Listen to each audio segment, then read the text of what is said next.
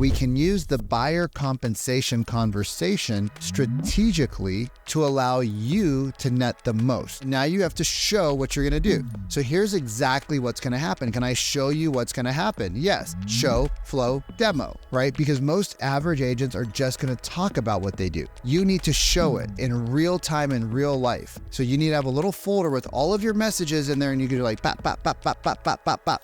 And then as you start to get listings, right, you can show the actual agreements, the contracts. Look, they asked for this. We went back with this. They went here with this. We went back with this. We settled right here. Our seller was willing to pay this, but we got them here. But we also got a lot more showings because we had a lot more people, which drove a lot more activity, which made the house seem a lot more busy. And so we got one great offer because the market has slowed down in many areas. Whether they know how to express it or not, there is a lot of work that goes into each transaction. And the contract to close process, as we talked about earlier, it's a lot, right? A lot of agents don't talk about it. They just talk about the good stuff, but there's a lot of stuff that goes in there. So could you see how this could be beneficial to have? Yes.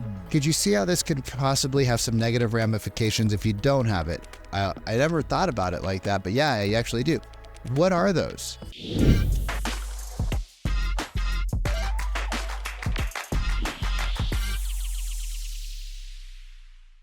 Yo, welcome back. Vikram Deol here, founder of the Trust Report Influence Sales Method.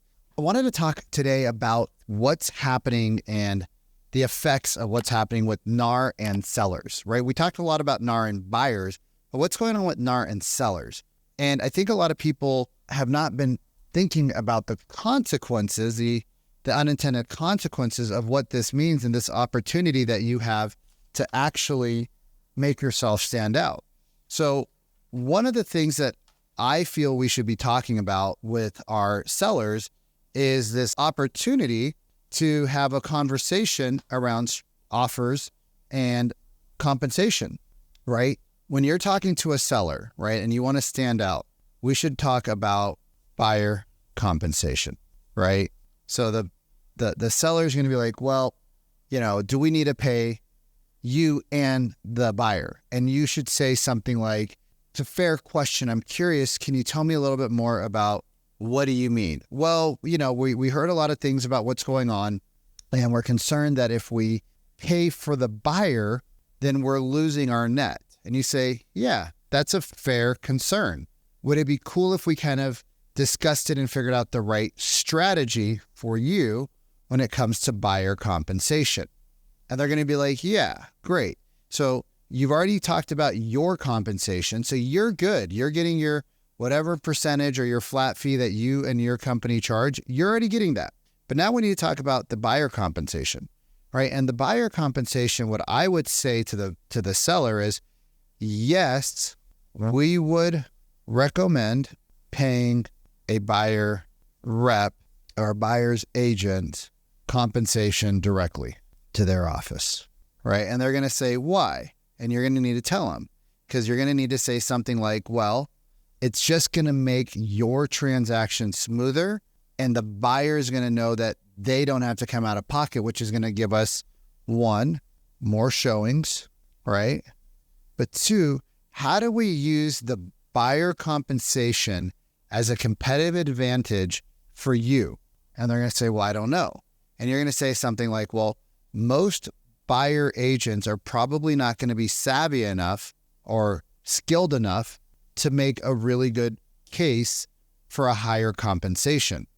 So what we can do is we could say something along the lines of, in the remarks, that yes, the seller will pay a buyer compensation based off of the terms of the offer. And the seller will say, okay, so what if they send us an offer and the compensation's 6%?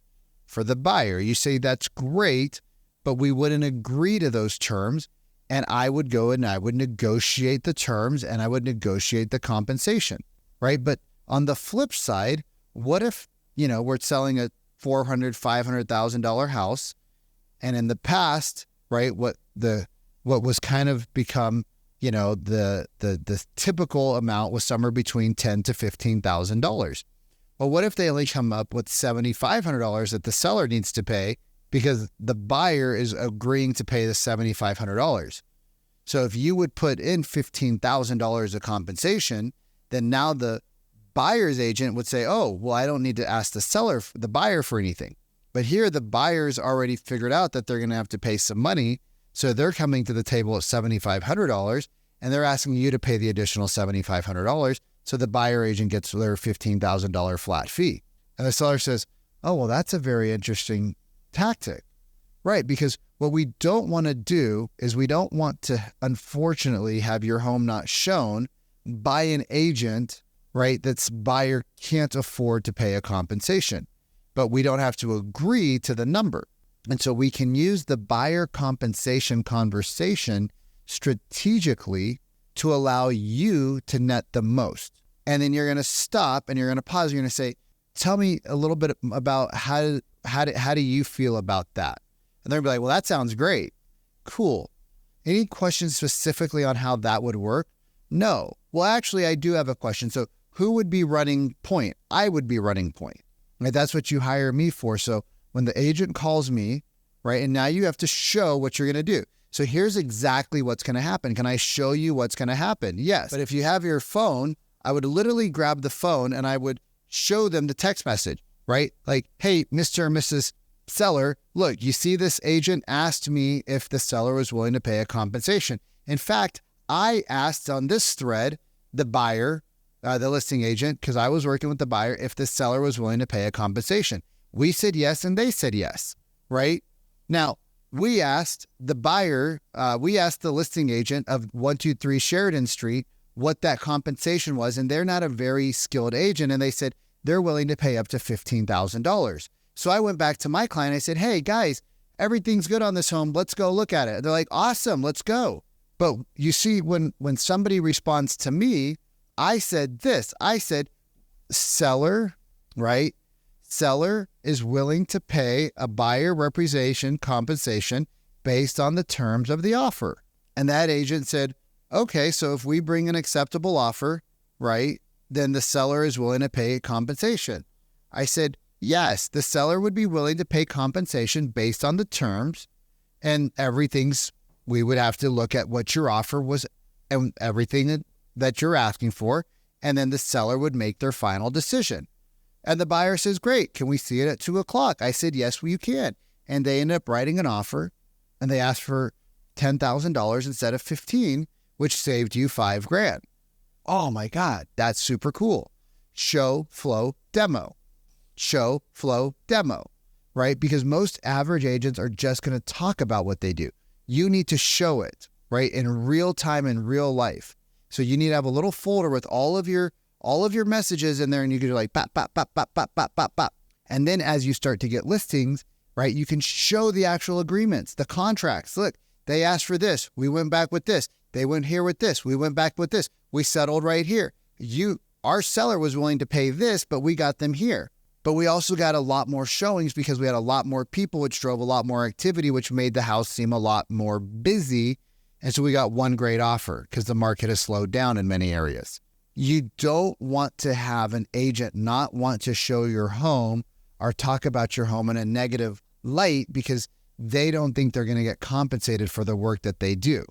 And they do a lot of work, whether they know how to express it or not. There is a lot of work that goes into each transaction. And the contract to close process, as we talked about earlier, it's a lot, right? A lot of agents don't talk about it. They just talk about the good stuff, but there's a lot of stuff that goes in there. So could you see how this could be beneficial to have? Yes.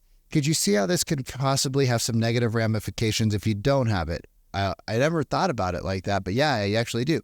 What are those? Like, why do you believe it would be beneficial? What do you think would be the negative ramifications? And now you have a better conversation with your sellers using the buyer compensation for the NAR settlement.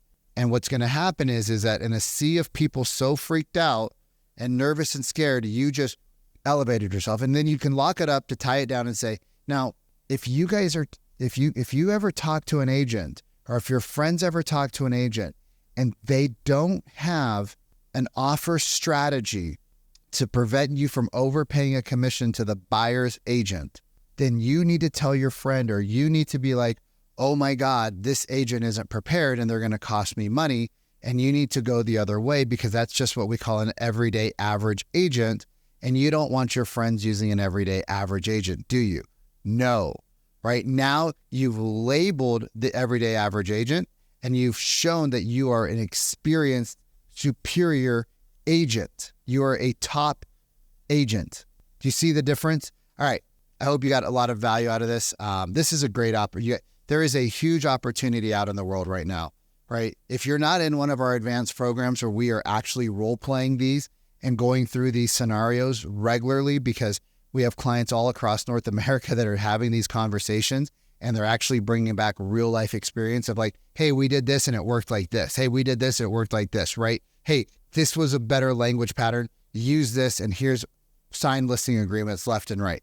If you're not working with somebody like me and you're not inside of a group right now, masterminding, practicing, right, getting real feedback on what you said and what you did, you are losing opportunity to other agents. And I promise you, there is a lot of people right now in our group that are just chomping at the bits to come behind you in a listing presentation and take that listing on day one and sign it. We are teaching our clients left and right how to go in and clean up shop, take listings, take opportunities, and put everyday average agents out of business. It's not because we're cruel. It's just the market has demanded a higher quality agent. And if you're not putting in the effort to be that agent, then you don't deserve right? I'm not being cruel, just being real. You haven't earned the right to be there. And you wouldn't want a plumber fixing your toilet that was leaking from your upstairs to your downstairs that wasn't qualified. You wouldn't want a doctor unqualified. You wouldn't want a mechanic working on your 22-year-old daughter that you love's car. Why would you be unqualified going into these appointments? You wouldn't expect it from anybody else. Why would you accept it from yourself? So if you want some help, click the link below. We'll get you all the information. If you're already in one of my programs, right, it might be time to step up to the higher program, right, just so that you can get that more advanced training, that more confidence, more comfort in these difficult conversations. Because I guarantee you one of your commissions is more than what we charge. We should charge more, but we love you. We want to see you win. We want to see you succeed. We have a lot of different programs available for you. So I will see you on the other side. Do not fear this opportunity. Take advantage of it. Create the systems and processes and go out and crush your market. I'll see you soon. Like, subscribe, and share. Don't forget, like, subscribe, and share.